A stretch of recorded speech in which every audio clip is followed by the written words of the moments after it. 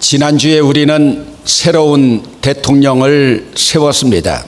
그리고 역사적으로 가장 간단한 취임식을 했습니다. 대통령직 인수위원회나 공약실천위원회와 같은 조직 없이, 그리고 대통령 취임에 대한 만찬회와 같은 것 없이 그런 거칠에 다 생략하고 바로 대통령직으로 들어갔습니다. 여러분, 국가의 존망이 참으로 어려운 이때에 새로운 대통령이 선출되었습니다. 그동안 탄핵에 반대하는 사람들은 태극기를 휘날리면서, 탄핵을 찬성하는 사람들은 촛불을 들면서 대립의 각을 세웠지만 결국 방법은 다르지만 모두가 나라를 사랑하는 애국의 행렬이었습니다. 여러분, 이번에도 나라의 위태로운 상황을 자기들이 극복할 수가 있다고 대통령 후보군에 15명이나 출마를 했습니다. 여러분, 그 한 사람 한 사람 이력을 보면은 그들은 자기 나름대로 자기 분야에서는 일가견이 있는 사람들입니다. 그런데 여러분, 우리가 상식적으로 바라보아도 한 명을 뽑는데 15명이 나왔다고 하는 거 좀 지나치지 않습니까?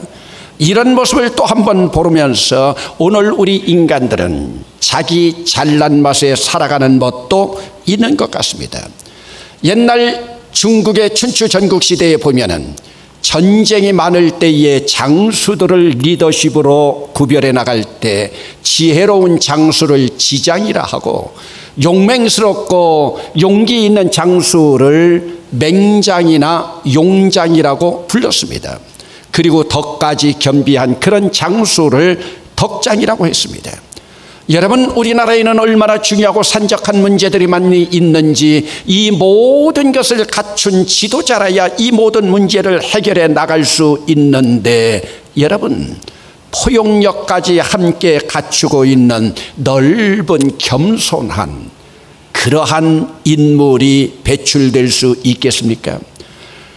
역사적으로 세계에서 가장 존경받는 대통령 가운데 한 사람이 미국의 16대 대통령 아브라함 링컨이었습니다. 그는 전 국민으로부터 지금까지도 존경을 받고 있습니다. 그는 남북전쟁의 격전지였던 펜실베니아의 게티즈버그에 있는 그곳에서 조국을 위하여 산화한 전몰 장병들의 추모식에서 그들의 영혼을 위로하면서 명연설을 했습니다. 오늘 이 땅에서 죽어간 조국을 위하여 자기의 목숨까지 바친 이들의 생명을 기리기 위하여 저는 나라를 위하여 국민에 의한 국민을 위한 정치 체계를, 헌법을 준수하면서 이루어 가겠습니다. 여러분, 아브라함 링컨의 이러한 다짐과 정신이 어디서 나왔습니까?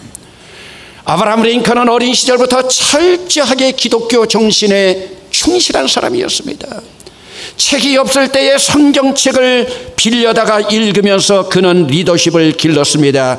그는 국가를 위하여 죽은 병사들 앞에서 겸손하게 다짐을 하는 인물이었습니다.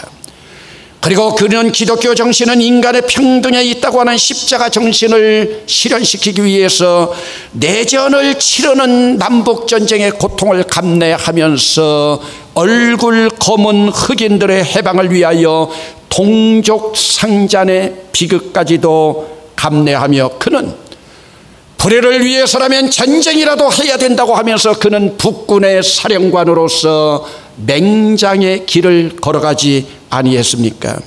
그러면서 그는 기독교적인 미국 건국 정신을 실현하기 위하여 애를 썼습니다. 그뿐만 아닙니다. 그는 한 나라가 헌법 아래서 하나의 연방으로 되어야 된다고 하는 헌법에 기초한 나라를 이루겠다고 하는 지장이기도 했습니다. 그런데 그는 그뿐이 아닙니다. 남북전쟁의 혼란스러운 소용돌이 속에서 새로운 내각을 그는 조직하면서 자기의 반대파 인물들까지 등용시켰습니다. 여러분, 그가 등용시킨 인물들 가운데 공화당 경선 과정에서 자기를 가장 괴롭혔던 슈워드, 체이스, 베이츠와 같은 인물들, 그뿐만 아닙니다. 자기 당과 반대당이었던 민주당 출신의 몽고메리 블레어까지도 내각에 입각시킴으로 말미암아 그는 왜 그렇게 불편한 내각을 만드느냐고 많은 사람들로부터 질문을 받았을 때, 내각이 나 하나에게는 불편할지 모르지만은 조국이 위태한 상태에 있는데 저들이 국가만을 위하여 일할 수 있다면 나 불편한 내각, 나는 이것을 참을 수 있다고 대답했습니다. 또한 국방장관이 공석이었을 때 그를 가장 비난하면서 괴롭혔던 스탠턴을 국방장관에 임명했습니다. 이때 링컨의 모든 참모들이 다 반대했습니다. 왜냐하면요, 스탠턴은 당시 미국의 명문가의 아들로서 명문대학을 졸업한 그러한 인물로서 시골뜨기 링컨을 가장 무시했던 정적이었기 때문입니다. 그러나 이때 링컨은 그렇게 대답합니다. 나를 100번 무시한들 그것이 무슨 상관이 있어요? 그 사람이 나라를 위하여 국가를 위하여 국방장관직만 잘 수행한다고 하면은 나를 100번 1000번 무시해도 나는 상관이 없어. 여러분, 링컨은 자신의 의견과 다른 정치인을 배척하지 않고 소통을 끌어낸 그러한 대통령이었기 때문에 지금까지도 존경을 받고 있습니다. 그래서 그를 덕장이라고도 합니다. 그래, 많은 사람들은 링컨을 가리켜 강철처럼 강인하고 벨벳처럼 부드러운 리더라고 말하고 있습니다. 어디서 이런 리더십이 나왔습니까? 그는 어려서부터 철저하게 기독교 정신의 교육을 받았습니다. 그리고 다른 사람을 나보다도 더 높일 줄 아는 겸손의 인물이었습니다. 여러분, 우리나라에도 이런 통치자가 있었습니다. 그가 바로 세종입니다. 세종대왕은 자신의 정적이나 반대파들을 등용시켰습니다. 여러분, 세종이 왕이 되었을 때 양녕대군이 얼마나 괴롭혔습니까? 양녕대군 쪽에 줄을 섰다가 유배까지 갔던 황희를 정승에 등용해서, 우리 역사상 황희 정승이라고 하면 명정승이 아니겠습니까? 심지어는 자기의 장인인 시몬을 죽이는데 앞장섰던 유전현까지 조정으로 불러들여서 등용했습니다. 그래서 세종은 그들을 등용시킴으로 말미암아 이중 삼중으로 갈라진 조선 사회, 그 사회를 통합하게 했고 어려운 위기에 처해 있던 국가 경제를 새롭게 해결했습니다. 여러분, 얼마나 덕스러운 지도자들입니까? 여러분, 우리나라에 새로 출범한 정부가 이런 덕을 가질 수 있으면 좋겠는데 기도만 할 뿐입니다. 역사에 기록될 만한 그러한 부끄럽지 않은 인물. 여러분, 그렇다고 하면 이스라엘 백성들에게는 그들의 기록이 어디에 남아 있느냐? 그들의 기록은 일반적으로 족보에 남아 있었습니다. 이스라엘도 우리나라처럼 족보를 소중히 생각했습니다. 예수님을 소개하는 복음서에 보면 예수의 족보에 대하여 그곳에 나오고 있습니다. 특별히 마태복음은 자기 동족인 유대인들에게 하나님의 말씀을 증거하기 위한 기록이기 때문에 자기들 민족의 시조인 아브라함으로부터 시작해서 자기 민족에서 가장 성운이라고 하는 다윗 왕을 통하여 임한 예수 그리스도의 족보를 그들은 소중하게 생각하고 있습니다. 여러분, 그렇기 때문에 족보에 이름을 남긴다고 하는 것이 얼마나 영광이겠습니까? 그런데 다윗의 혈통임에도 불구하고, 아니 한 왕가의 왕 노릇을 했음에도 불구하고 족보에 이르지 못한 인물들이 있습니다. 여러분, 예수님의 족보에는 남자들만 이름이 오른 것이 아닙니다. 여자들도 있습니다. 물론 이 여자들 가운데는 이방인도 있습니다. 당대에 손가락질 당하던 창녀들도 그 이름에 있습니다. 그런데 여러분, 손가락질을 당하던 창녀가 예수님의 족보에 기록되어 있는데 어찌 한 나라를 통치하던 왕의 이름들이 예수님의 족보에서 빠졌겠습니까? 얼마나 불명예입니까? 여러분, 남왕국 분열왕국의 6대부터 9대에 이르는 아하시야, 아달랴, 요아스 그리고 아마샤 왕들 4명의 이름은 왕의 노릇을 감당했음에도 불구하고 예수님의 족보에 그들의 이름이 없습니다. 예수님의 족보는 순수한 혈통만을 중요하게 여기지 않았습니다. 순수한 믿음의 계보, 끊어지지 아니하는 하나님의 언약의 흐름을 보여주기 위해서 아무리 왕을 했다 하더라도 하나님의 뜻에 맞지 않는 자들, 예수님 족보에 기록되지 않았습니다. 그러면 여러분, 예수님의 족보에서 남왕국의 왕들인 이들만 이름이 삭제되었는가? 아닙니다. 남왕국이 멸망해 나갈 때에 17대, 18대, 20대 왕도 족보에 이르지 못했습니다. 그들이 누굽니까? 여호아스, 여호야김, 시드기야 3명의 왕들입니다. 그러면 여러분, 예수님의 족보에 이르지 못한 이들 7명의 특징이 한마디로 뭔 줄 압니까? 2글자입니다. 교만입니다. 여러분, 이제 우리가 성경 읽기를 이제 이번 주간에 열왕기서와 역대기서 읽기를 마쳐 나가면서 열왕기와 역대기의 마지막 결론이 무엇이냐? 교만한 왕이나 교만한 나라는 망한다는 결론입니다. 이것은 바로 무슨 말씀입니까? 교만한 사람은 망한다고 하는 결론입니다. 그러면 여러분, 교만이 뭐라고 생각합니까? 사전적인 의미입니다. 교만의 사전적인 의미는 젠체하고 뽐내며 방자함이라고 기록되어 있습니다. 여러분, 젠체한다는 것이 뭡니까? 잘난 체 하는 것입니다. 뽐내는 것이 무엇이에요? 보라는 듯이 자랑하는 것이고요.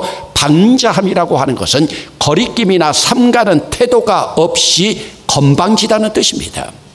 이것을 다 집결해서 교만이라고 하는 뜻을 보면은 지 잘난 체 하면서 언제나 제 것만이 제일이라고 자랑하고 건방지다는 의미입니다. 그런데 여러분, 사전에 교만이라고 하는 단어 마지막에 가보면은 양쪽 화살표를 쳐놓고 교만의 반대말이 뭔 줄 압니까? 겸손이라고 기록되어 있습니다. 그러면 여러분, 겸손이라고 하는 것이 사전적인 의미가 무엇입니까? 남을 높이고 제 몸을 낮추는 태도라고 기록되어 있습니다. 여러분, 사전적인 의미가 이렇다면 성경적인 의미의 겸손이 무엇입니까? 성경에 나타난 겸손의 원어는 하나님을 창조주로 인정하는 겁니다. 하나님을 창조주로 인정한다고 하는 것은 바로 나를 피조물로 인정하는 것이에요. 그렇기 때문에 나는 피조물이기 때문에 창조주인 하나님을 높이고 나를 낮추는 것이 성경적인 겸손입니다. 그러면 성경적인 겸손의 가장 아름다운 행위가 무엇이냐? 이것이 바로 예배 행위입니다. 그러므로 교만한 사람이 행하는 예배는, 행위는, 형식은 예배의 형식일지 모르지만 진정한 예배가 아닙니다. 교만한 사람이 드리는 기도는 형식이나 의식은 기도일지 모르지만 진정한 기도는 아닙니다. 여러분, 겸손은요, 성령의 열매에도 들어가지 않는 덕목입니다. 겸손은 성령을 받아서 누리는 은사의 덕목이 아니라 내가 피조물임을 인정하면서 스스로 하나님 앞에서 무릎을 꿇는 나의 의지의 예배 행위입니다. 그러므로 여러분, 세상에서 예수 믿지 않고 하나님을 아버지라고 인정하지 않는 모든 사람들은 교만한 사람입니다. 여러분, 세상에서 아무리 다른 사람을 높이고 하나님을 높이지 않는 사람, 겸손한 사람 아닙니다.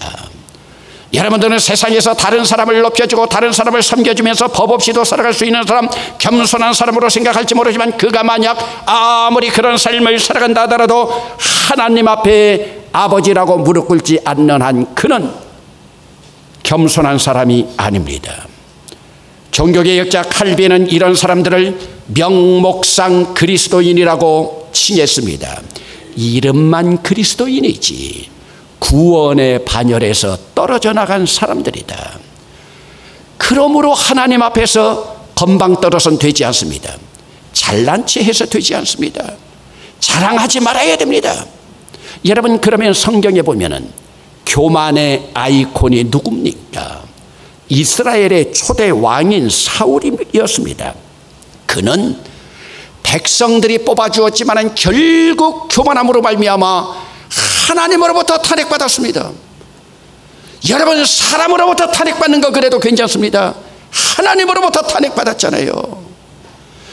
여러분, 남왕국 유다의 아시아와 아달랴와 요아스와 아마시아, 예수님의 족보에 기록되지 않은 교만한 이들,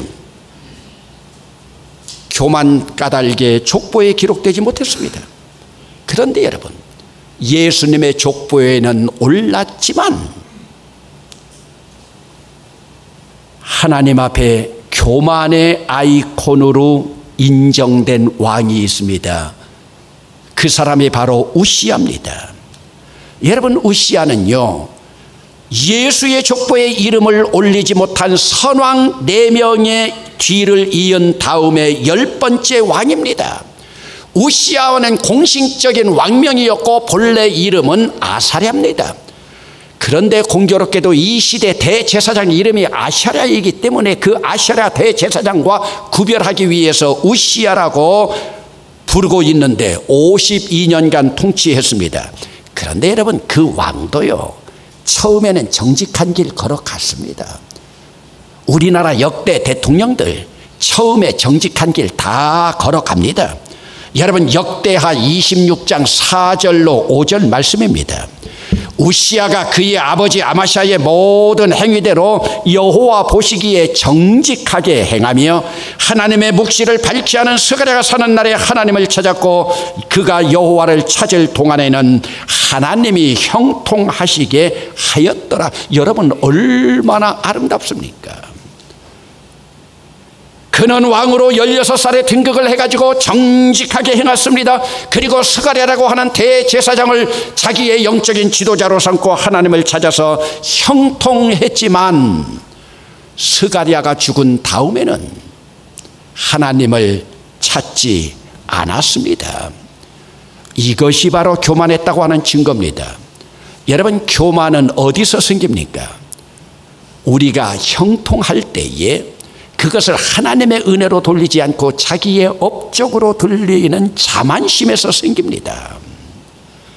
그러면 여러분, 교만한 마음은 언제 생깁니까? 내가 잘되고 형통할 때, 성공할 때 생깁니까? 아니면 가난하고 곤고하고 고통당할 때 교만한 마음이 생깁니까? 당연히 내 일이 잘 풀리고 형통할 때, 내 힘이 커질 때 생깁니다. 우시야도 마찬가지였습니다. 우리나라에 탄핵당한 박근혜도 마찬가지였습니다. 역대 대통령들의 모습이 마찬가지였습니다.